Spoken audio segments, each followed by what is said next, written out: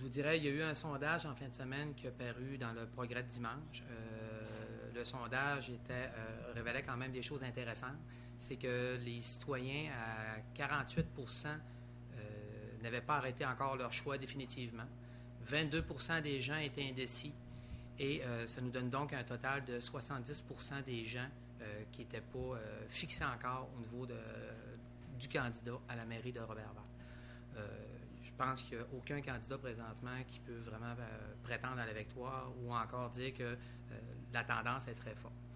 Point extrêmement intéressant, par contre, c'est qu'au vote par anticipation, 1284 personnes ont été votées. C'est énorme. Ça représente 15,4 de participation. J'ai été le seul candidat à être sur place, et ce, de midi jusqu'à 8h30 le soir. J'ai également été demandé pour mettre les initiales, comme on dit, sur les boîtes pour finaliser le saut, tout ça. Je vous dirais, la participation a vraiment été extraordinaire. Ça nous laisse espérer peut-être un taux de participation au-dessus de 65 des gens de la population de Roberval, ce qui serait très bien. Et je vous dirais même idéalement d'aller vers plus que ça.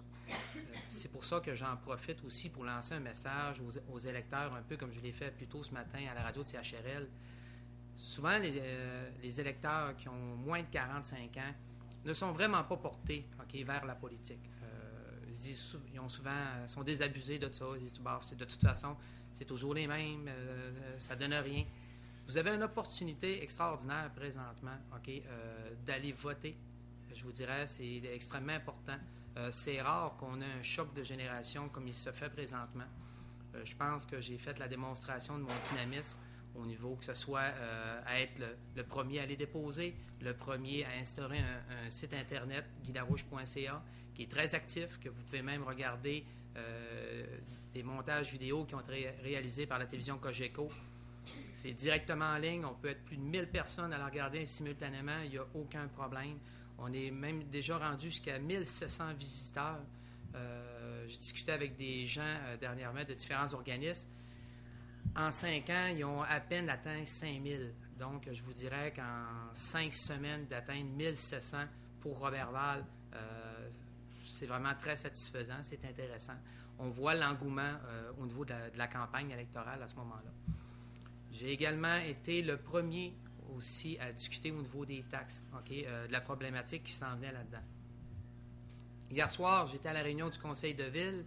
J'étais le seul candidat, encore une fois, à être présent. C'était intéressant parce que c'est rare que les réunions sont longues. Celle-ci l'a été un peu plus. On a eu toute la situation financière de la ville qui a été énumérée. C'était très intéressant parce qu'on a eu la confirmation au niveau de l'augmentation du rôle d'évaluation. Les chiffres avancés par la ville sont de 10 pour être très exact, 10,4 pour l'ensemble des rôles d'évaluation, soit le résidentiel, le commercial et l'industriel. Au niveau de l'industriel et de le commercial, l'industriel, on parle de 2 le commercial, approximativement 0 On l'englobe environ, on fait une moyenne à peu près à 2 si on compte la valeur du rôle de l'industriel. Et on sait que 22 du montant total des taxes sont justement pour ces groupes-là. Ce qui nous donne donc le reste, soit 78 qui est en fonction des taxes résidentielles. Hier soir, j'ai fait les calculs, j'ai terminé ça, il était tout près de minuit.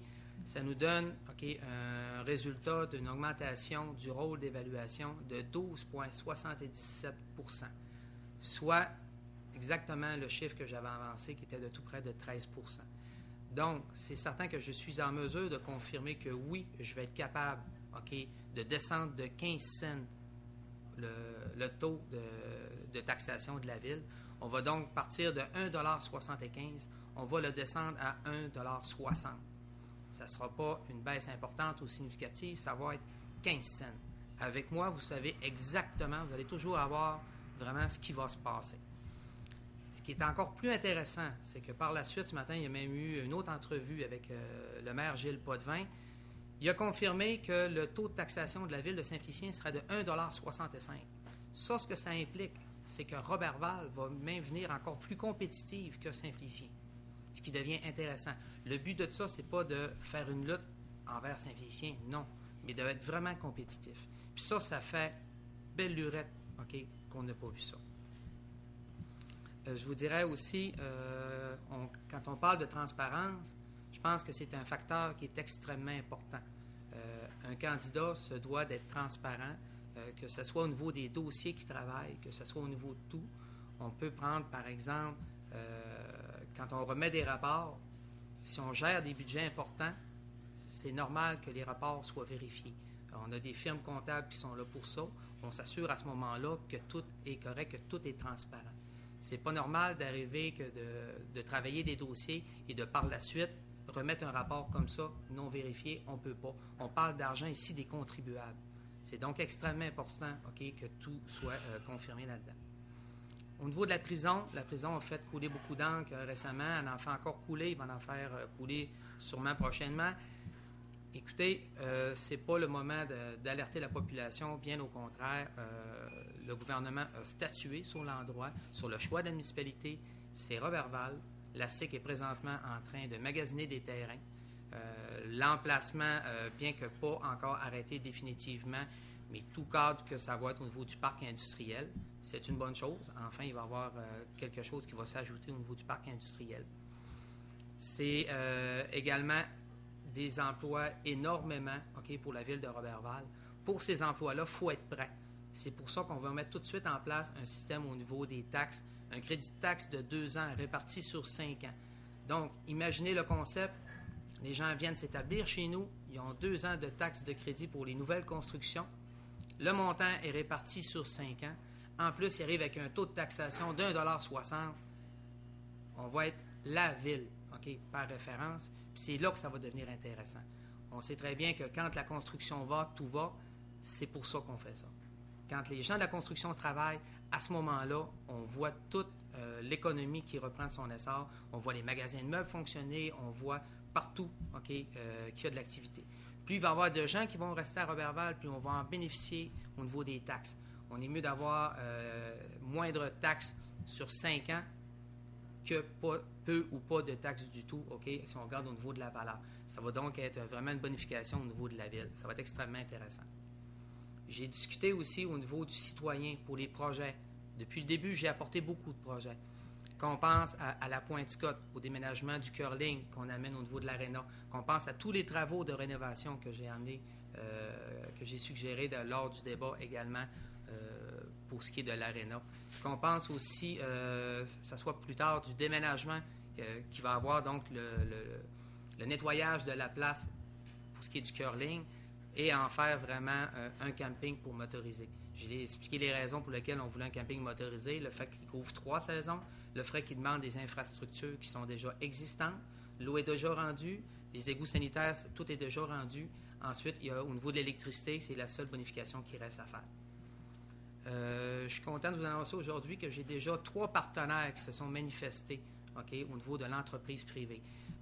Par contre, je dirais demeurer prudent. Je ne peux pas malheureusement faire l'annonce de qui c'est exactement.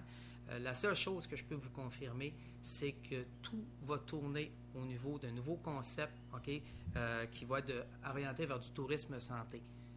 Tout va tourner alentour de ça. Les gens de Roberval aiment ça sortir dehors. Les gens de Roberval aiment ça avoir de l'activité. Qu'on pense au festival d'hiver qu'on a l'hiver, qu'on pense également au village sur glace. On va donc axer vers ça. Les 3 promoteurs sont complémentaires. Aucun de ceux-là ne se font compétition. C'est ce qui devient également intéressant. Il y a même place à d'autres. Donc, s'il y a d'autres gens, OK, lorsqu'il viendra le temps d'entamer, qui sont intéressés, à ce moment-là, on aura un des plus beaux problèmes, soit choisir le meilleur promoteur qui va répondre à nos besoins. Ça fait longtemps qu'on n'a pas vu ça, ça va faire du bien. Imaginez le concept qu'on puisse louer des kayaks, qu'on puisse louer des voiliers, des chaloupes de pêche, qu'on puisse aller enfin sur le lac, que ça ne soit pas réservé exclusivement qu'à certaines personnes. Tout ce concept-là, bien entendu, gravite alentour de la famille, alentour de la qualité de la vie. Je pense que Roberval a besoin d'animation, ça fait longtemps. On adore l'été, on adore la traversée. Pourquoi? Il y a des spectacles, il y a des chansonniers. Je pense qu'à plus petite échelle, on peut faire ça, OK, pour la période estivale. C'est pour lequel que j'avais proposé de faire un agora qui aurait entre 50 et 75 places où ce que les gens pourraient se rejoindre et se divertir et avoir de l'animation.